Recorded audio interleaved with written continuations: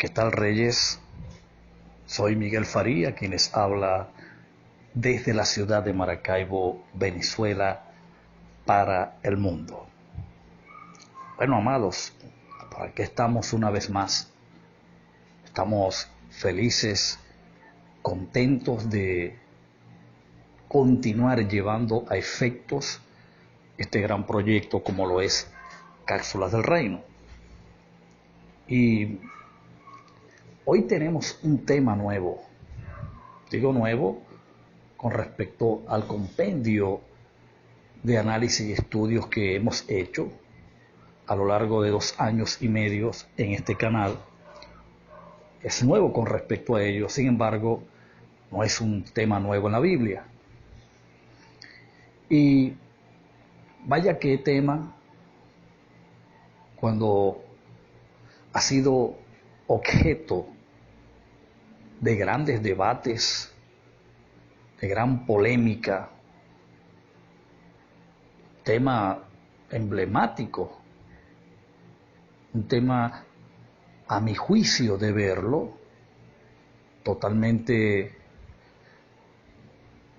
extraído, tomado por los cabellos,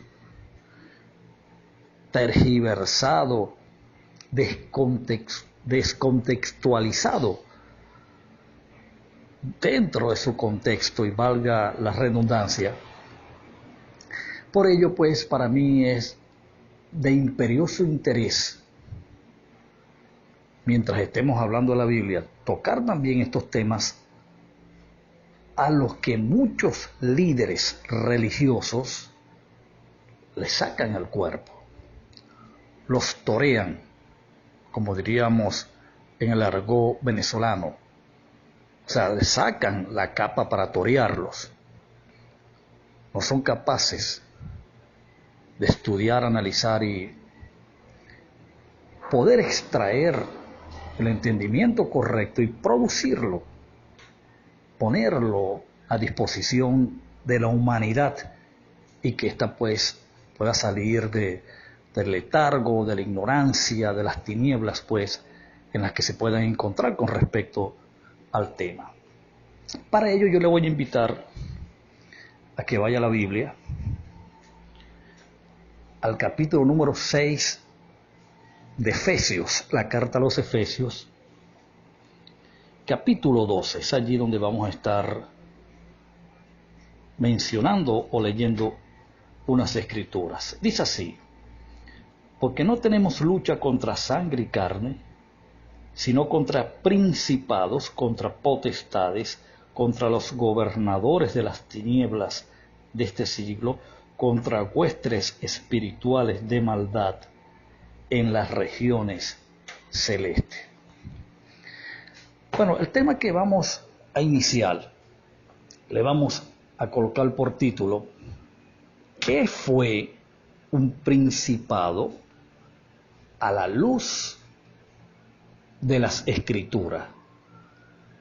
Voy a repetirlo. ¿Qué fue un principado a la luz de las Escrituras? Y para ello quiero iniciarlo mencionándote lo que hasta ahora se ha dicho sobre este tema. Se ha dicho que un principado es un ente espiritual, es un individuo, pero espiritual, angelical incluso. Se ha dicho que un principado forma parte de un rango dentro del reino satánico, compuesto y configurado por arcángeles que, según esta teoría, en algún momento de la historia se revelaron en el cielo, hicieron caso y se sumaron a la revuelta de Lucifer y terminaron siendo expulsados a la tierra. Y usted conoce la historia para hacérsela más corta. Y por cuanto eran rangos por ser arcángeles, ellos entonces obtienen este cargo, este rango de principado. Se ha dicho que en el reino satánico un principado es un arcángel caído, desterrado, tiene la responsabilidad de posesionarse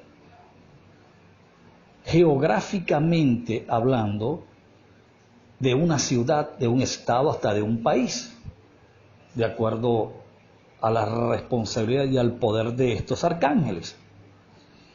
Quienes estudian la guerra, la mal llamada guerra espiritual, han aseverado y afirmado que un principado, es decir, un arcángel en el reino de Satanás, es un ser gigantesco y está plantado en una ciudad, en un estado, en una nación, para torpedear, obstruir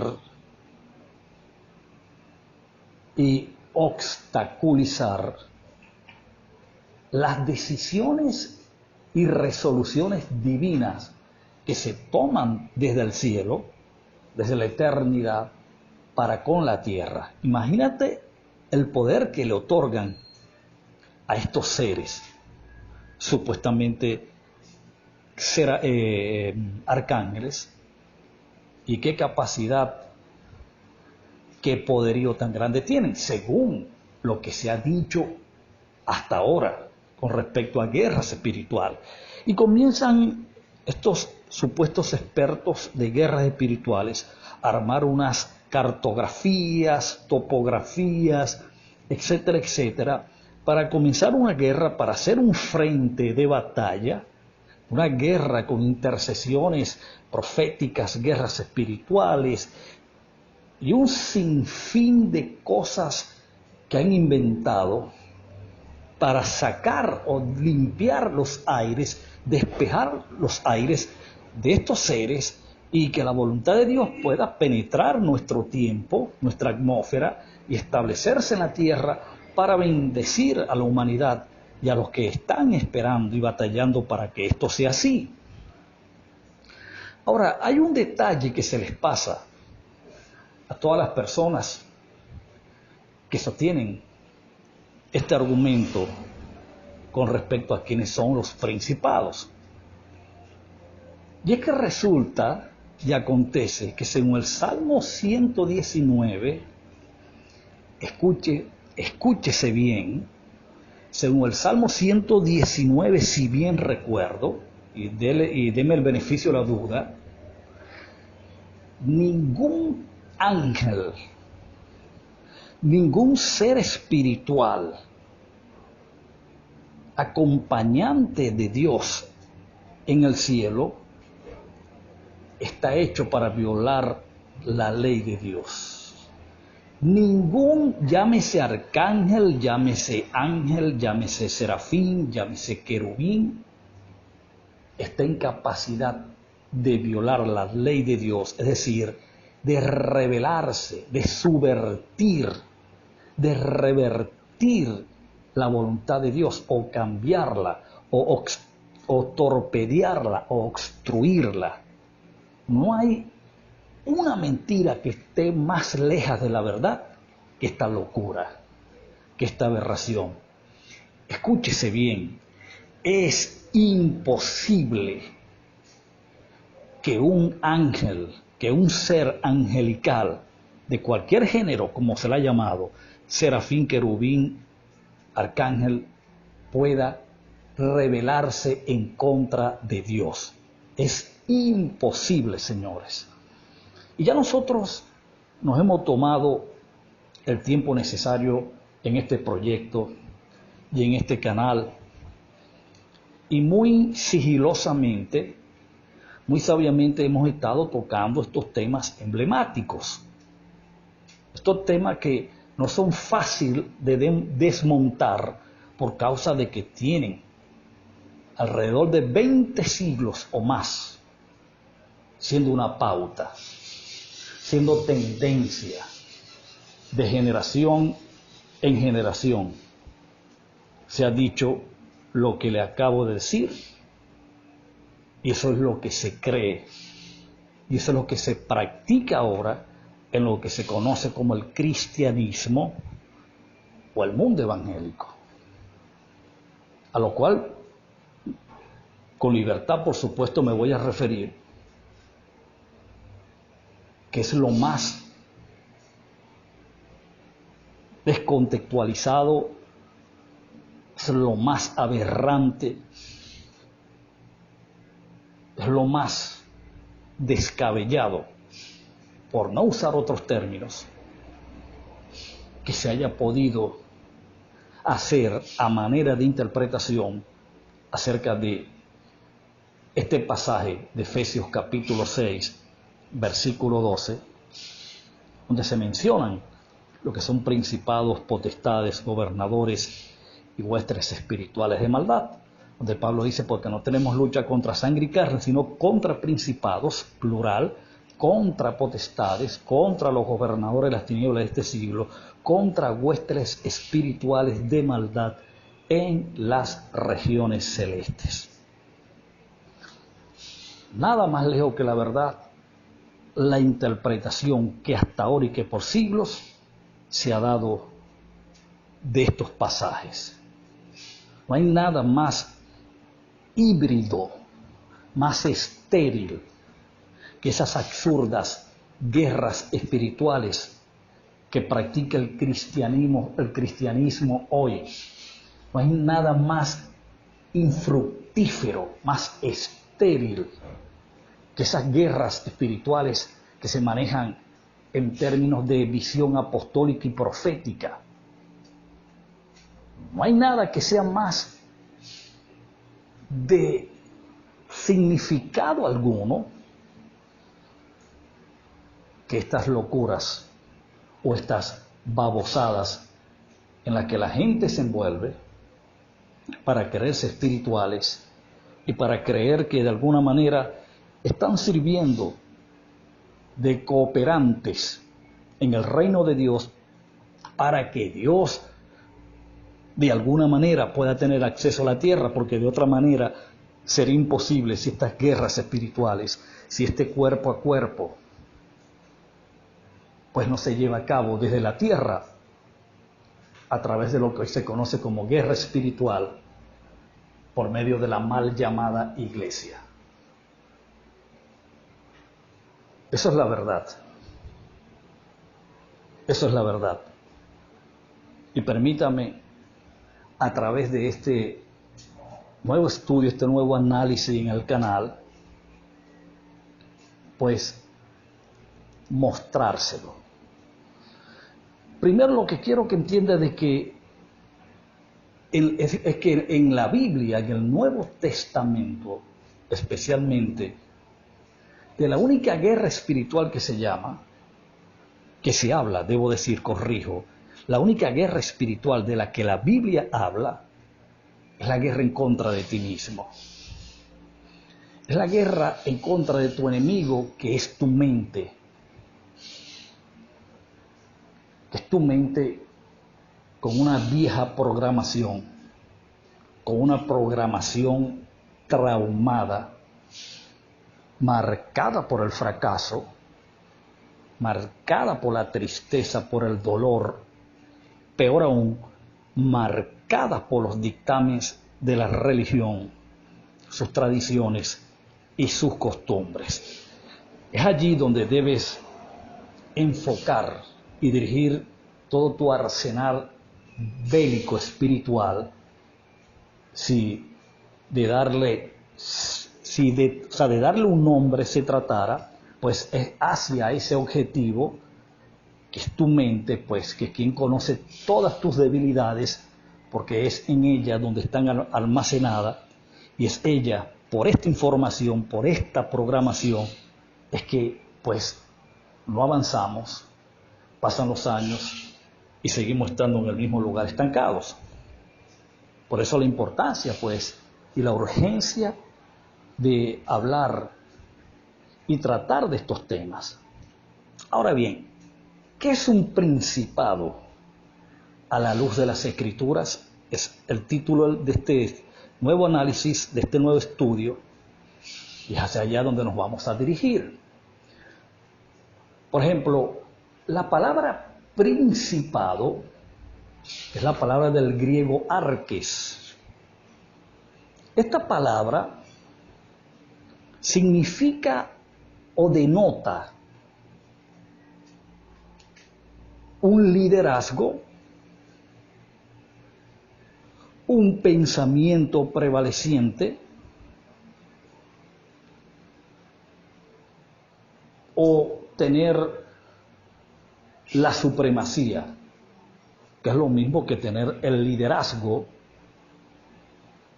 el gobierno de algo o sobre algo.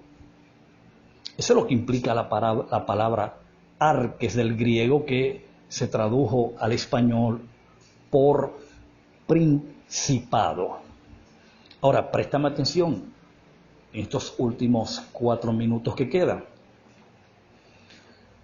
La palabra principado durante el primer siglo justamente se atribuía, se calificaban, eran a líderes, a gobernantes de carne y hueso. El término principado era el adjetivo calificativo para autoridades, número uno, espirituales, como el caso del sacerdocio levita, los fariseos y otras, digamos, sectas que de alguna manera tenían responsabilidad en el pueblo de Israel para con la Torá. Luego se aplicó también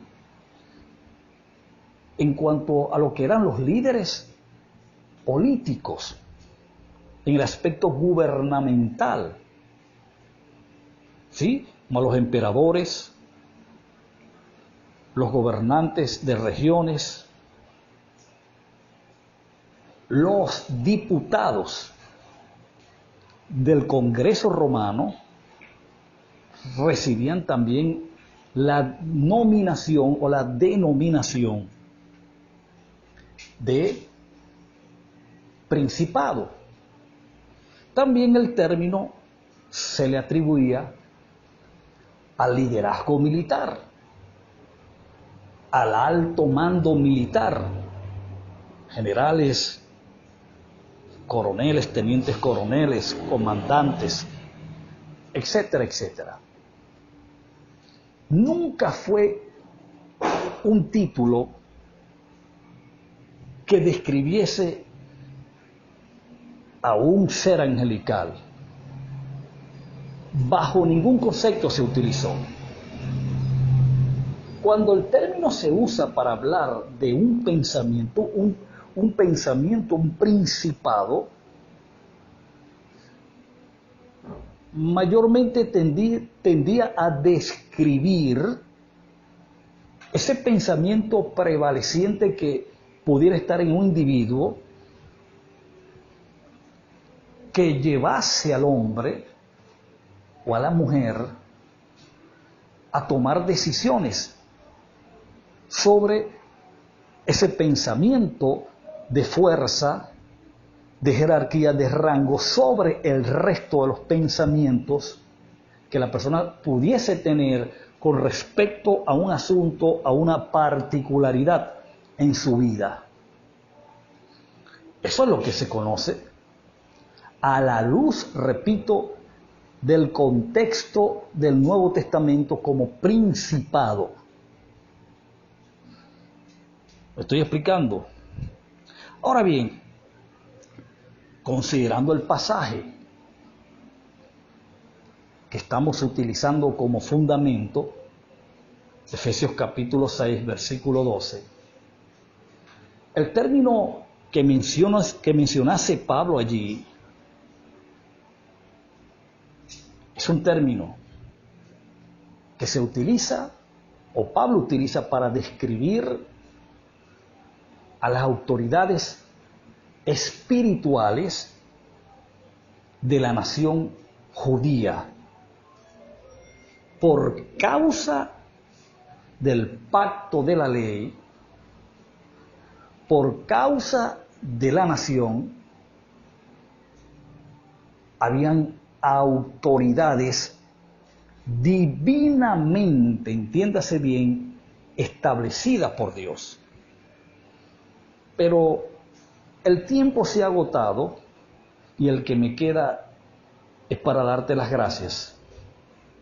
Es para pedirte que estés al pendiente en la próxima cápsula sobre este tema y todo lo que tenga que ver con estos términos y buscarle el sentido y el uso correcto de su aplicación en las Escrituras.